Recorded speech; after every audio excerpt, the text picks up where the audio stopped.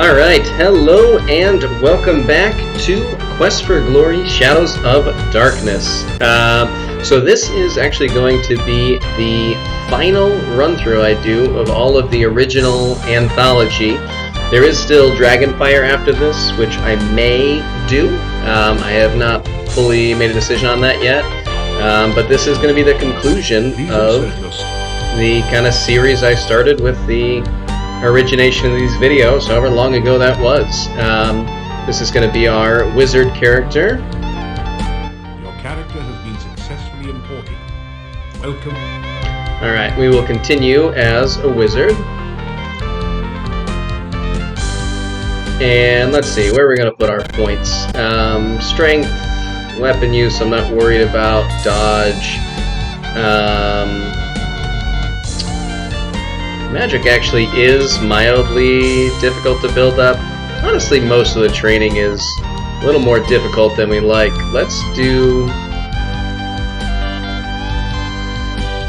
some for intelligence, dodge, and weapon use just because they don't really go up and it's kind of annoying.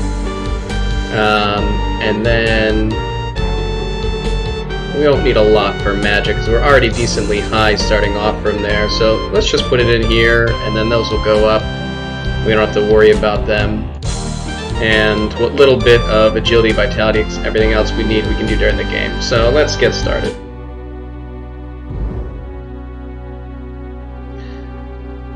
The beginning of this video is going to be very similar to the other playthroughs. You awaken from nightmares of flying and falling. You find yourself in this strange place. The only illumination, an eerie green glow. I'm going to do a little bit of a mid-ground. The contents of your backpack somewhere during the journey. All you have are the clothes and armor on your back. This leaves you with 4 burning questions. Where are you? How did you get here? Who brought you here? And how in blazes can you get out of here? No, make that 5 burning questions. What city did your luggage end up in this time? Yeah, I'm going to do a little bit of a mid-ground where some of the more important dialogue I'm going to let actually play out, but for the most part I'm still going to skip through most things. This is us collecting a dagger and some money. Oh, certainly need the speed to go up. A brief Okay. Very good. We're going to steal this torch. You take the And we should have gotten a flint in there, so we'll light it. And with our burning torch, we should be able to open up this door back here. There'll also be a cloth over here. You made it into a large chamber. Stone valves, like the one you just passed through, apparently block 3 other passageways. There is a huge stone altar in the center of the room, and an exit to the south. Okay. That didn't. Let's pick up this cloth here, which we're going to need. Pick up a canvas sheet and take 3 crowns and 17 kopek. And let's continue down here. We'll meet some baddies. Oh, maybe not. Maybe that's just the other character types. I guess the magic user, they don't... Whoa, the ground is really slippery around. So, we're going to look at our spellbook here, and let's see what some of our skill is with some of these spells. Spell skill's 220, that's not too bad. Juggling lights doesn't matter. Honestly, none of this matters. What we're going to do is just use our levitate spell, and then, alright. So we actually have to do... Definitely feel the wind rushing past you as you floated in the air. But there wasn't quite enough push. You need to find a way to catch more of the wind to sail your way across. We need to actually click on the rope in order for the game to suggest using the cloth. So let's fly across. It would be nice work if you could get it, but you don't know a flying spell.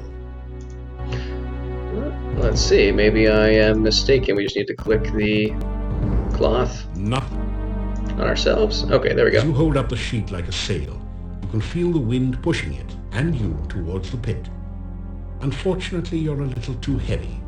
You don't think the wind is powerful enough to push you across safely. But There we go. If we use that and then levitate at the same time. You just barely made it across the pit. Wonderful. If you start a new character, your low skill level, not coming in from the other games, pretty much drains all of your magic just going through there. So you can already see a big difference. Out of the cave. Just importing your character rather than starting fresh. You are alive! Only one person has ever walked away from there before. Who are you? How did you get here? Oh, there are so many questions I want to ask you, but I have to get home quickly. It is so dangerous out at night in Mordavia. The town is due north of here. Be careful, there are many bad things wandering around. Good luck! Oh, by the way, my name is Katrina. I hope we meet again sometime. Farewell. It's worth noting that even though we don't quite realize it yet, she says it's so dangerous at night, but night is almost over. It's really almost dawn. If anything, this is the safest time. Let's grab the Dark One signal here. Sigil. The six-pointed symbol seems to Not that we know it's called that yet. And comes loose in your hand when you touch it. You have the feeling that you may need this sign, so you carefully store it in your pack. And is there anything to see here? Now that you've taken the physical Dark One sign, there is no trace that it was ever there before. Very nice. Alright, let's continue on. Gonna slide down this path. The path is... Alright, let's continue.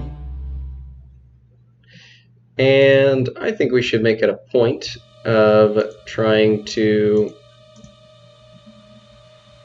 listen to as many of Arana's dreams as possible as a magic user. So even though I really haven't been doing that since the Paladin playthrough, I'm going to try and do it in this one as well. But for the time being, let's just head up north and go into town. Nope, we're a little too early. Usually by the time you get there, dawn is breaking and the town's open up. Apparently things are moving a little bit slower this time around. Let's just speed things along. Actually, maybe that's intentional. Let's see if we can head over to Arana's Peace tonight. You feel...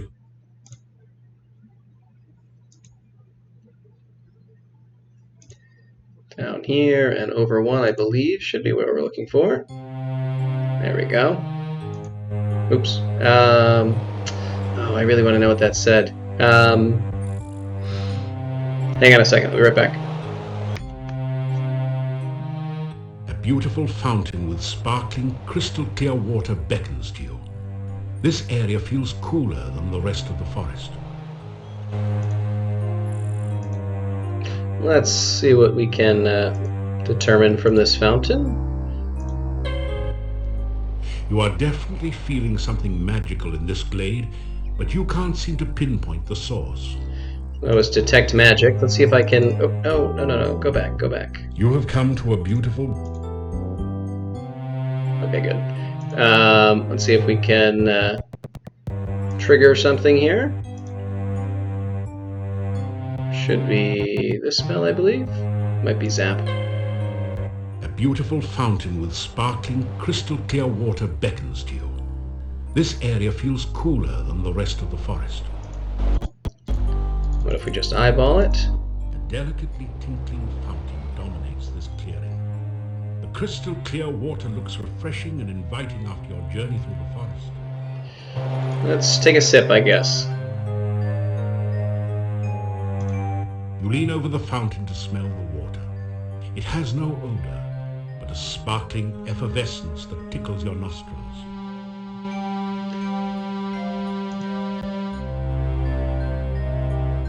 You cautiously taste a tiny sip of water. There is something about the flavor of the water that excites and entices you. Before you realize it, you find yourself taking a much deeper drink.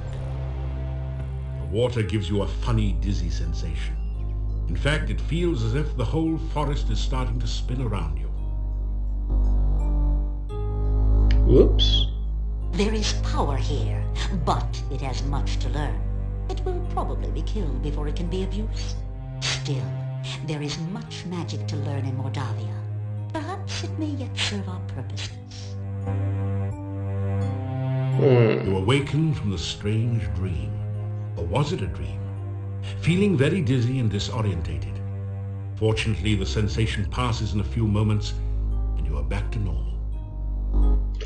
Well, that was interesting, and is an event unique to the wizard character.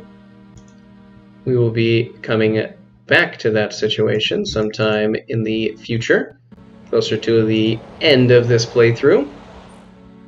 In the meantime, I am going to now sleep for an hour. After some rest. And head into town. We're going to steal some corn on the way in. You take a knee? And most of the early conversations we can skip through. We can grab some flowers here. You pick some flowers. And say hello to the Burgomeister. You! Fuse. Who is very displeased by our presence, and very scared, frankly, by our presence, because there does not seem to be any physical way in or out of the land of Mordavia at this time. So he assumes we came by some magical means, which the people of this town are not very fond of. They are a superstitious lot. This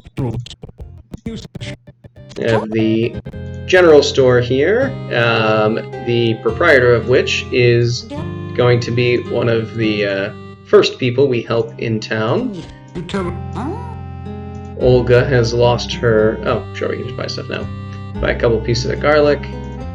Olga has lost her husband, and we are going to help her find him. We're going to grab some candy. I think the thief might be the only one who needs oil, but we'll grab that anyway. We will need a pie pan, and then we'll just buy a bunch of rations. And frankly, that's the last stuff that we need to buy in this entire game. So immediately after this, money becomes completely useless. The only possible exception, I guess, would be that we do need a couple crowns to give to the gypsies later on to have our fortune told. But that's a fairly minor price to pay. So we can ask her about what she sells.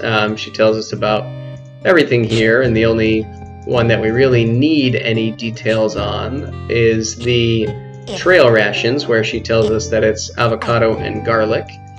And it does become important that we know that for helping her with her husband later, which we'll find about probably in the next video. Usually it ends up being the second video that I deal with that, because it's so easy.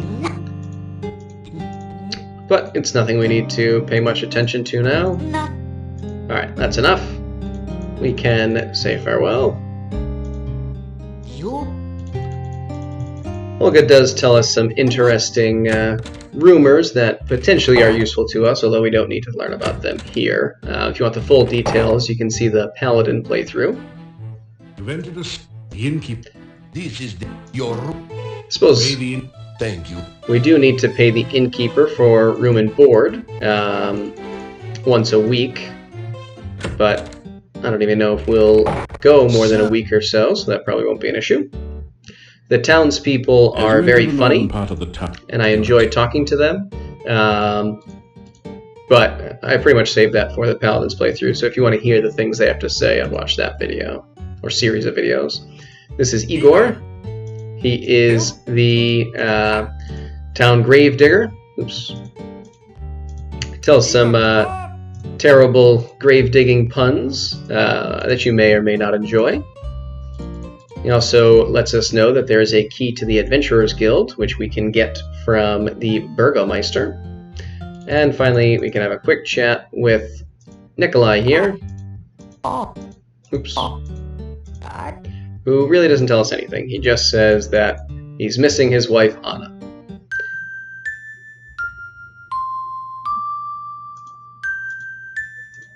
play a game of Simon here in order to gain access to the scientist, Dr. Cranium's laboratory. He has a few other tests for us. If we open this door, get attacked by some baby Antwerps. Luckily are not deadly at this size. And over here, there's a maze where we need to use an Antwerp to get around. Behind the door is a sort of rat maze. So what we use is this little machine here, and we have to identify an animal that we want it to trap by answering questions, and then bait the trap, and finally actually capture the animal that we will then use here. So we're going to try and identify an Antwerp. Is it alive? Yes. Fast? Sure. Vicious? No. Is it silly? Yes.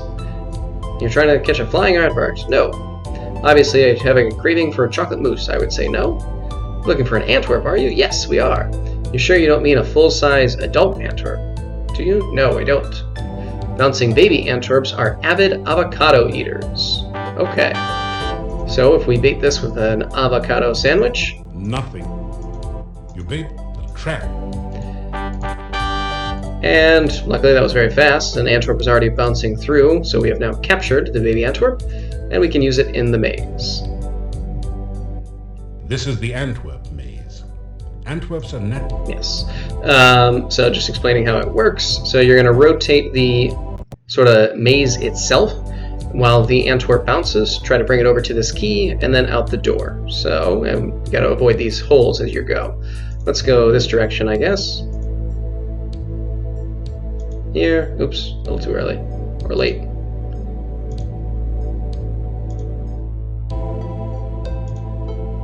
There we go. Here. Yeah. Okay. And we're just gonna have to rotate things here. Good. Oops. Let's rotate again. Try not to miss our mark. Good, that's better. Oh goodness, that's not good. Let's rotate the other way this time. Okay. That's better. Now we'll rotate down so the Antwerp won't be in danger of bouncing out the door. Just gotta time it right. Good, okay. And again, we gotta make sure we time this correctly. Good, alright. That was timed poorly.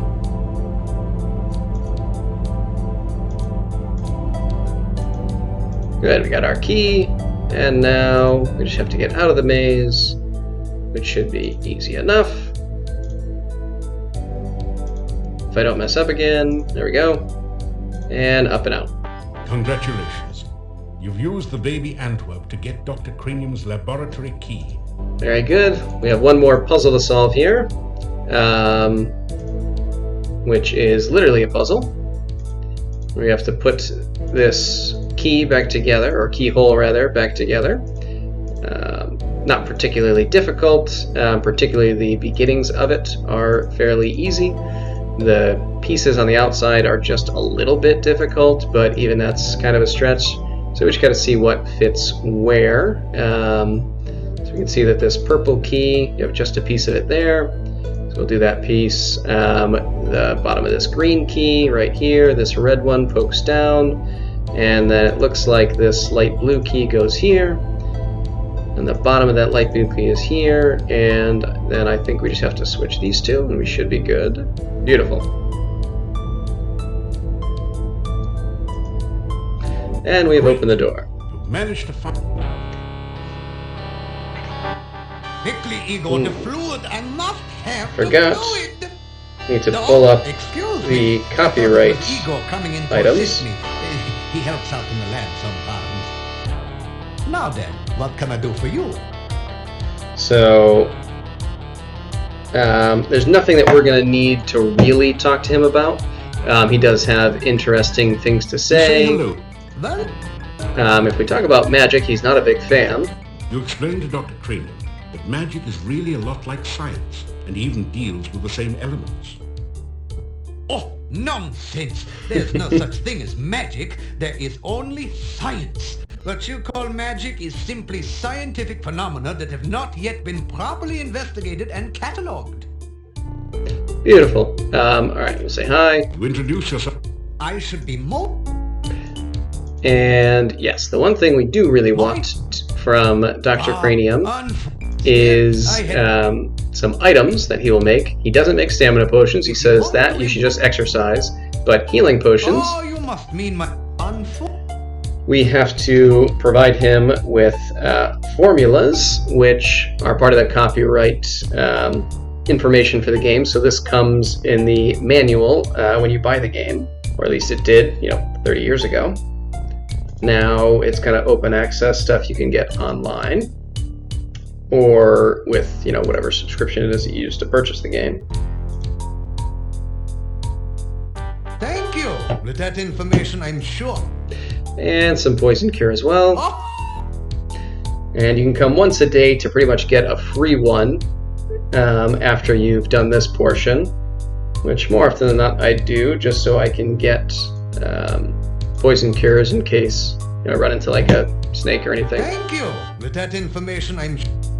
Very good. We can also get an empty flask. You ask Dr. Crit. Of course. I'll grab 2 just in case I forget how many I'll need, and Elements are the meat. part of it will depend on how many poison cure and health pills I have to use.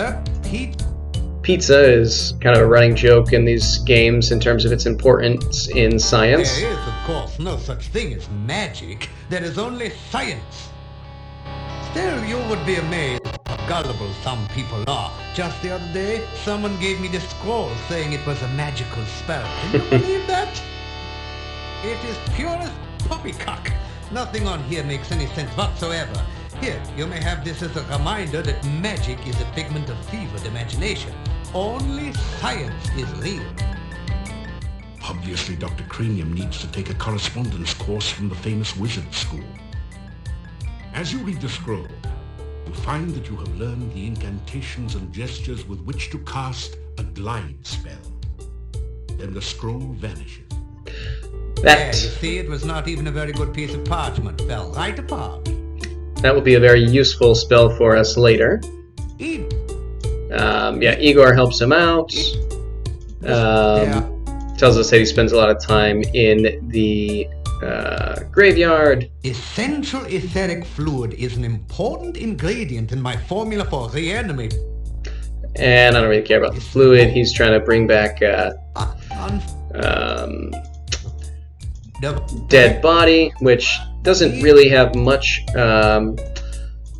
to do with this game, but comes up much more in the next game.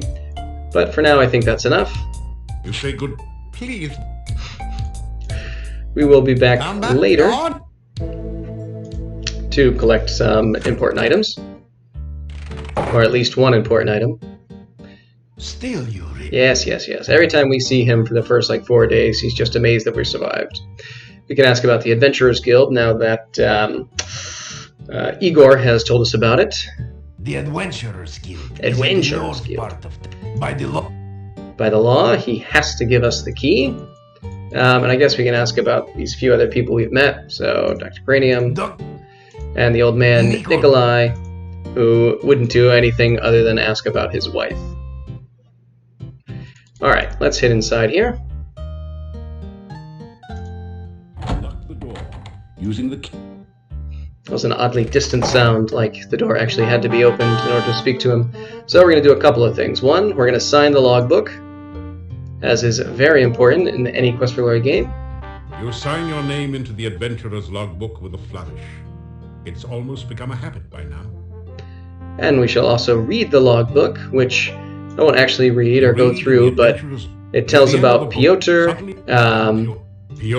and the Dark One's cult, which is something we'll hear a lot about. Case looks totally solid, as if it was constructed around the sword. A plaque reads, "Break glass in emergency only." As a magic user, we don't need that, so we'll leave it behind. We'll do a little bit of light reading, which, again, I will not actually go Which through. book do you... Hero Magazine, let's see. As you scan through Hero, there Yes, are a so this series is of basically telling you a little bit In the- about some of learn the about those. You could read- creatures that live in Mordavia, and it's really a reference to the game manual that comes with the game, telling you should read it for some clues. The book turns out Yeah, this is a brochure for Dr. Cranium's game, which is another game from this creator, not franchise. the book is all about using spells in unusual and creative ways, such as calming a fire, using alternate flame and frost spells to make something brittle and break, and so on. You pick up a number of useful tips which will improve your spellcasting. Frankly, those are things that we already did in, what was it, Shapir, at the Wizard Institute, but still should improve some of our skills. And then Talk Fu. This book teaches the ancient Oriental art of Talk Fu. How to overcome opponents by attacking them with the unpronounceable names of martial arts forms and confusing them with fortune cookie wisdom. You get lost somewhere between karate and kuksu. Fair enough. All right. So let's take a quick peek. Actually, let's do some leg lifts. This is the easy early game way to train up your particularly strength and a little bit your legs are too stiff. stamina and vitality. This is the only time I actually do it on screen. Anytime I do it in the future, I'll do it After some, off screen so as not to waste after, video time. after some, But given that it doesn't really take all that long, I think it's okay. after some. The one thing missing as a magic user There's that's only a certain amount. present for everyone else is a rope and grapple, which normally would hang up here, but which our magic user does not need. Let's take a quick minute to look at our stat sheet here. See how we've improved. So I think some of this might go up from Talk Fu, or this might just be what I did originally in the game, I forget. Intelligence has gone up a bit from our reading. Magic didn't really change, which is fine. And then strength has gone up a touch from doing the leg lifts. But otherwise, this is about where we're starting from. So I think we will end our video here. And when we come back, we will delve further into the land of Mordavia. But till then, see ya.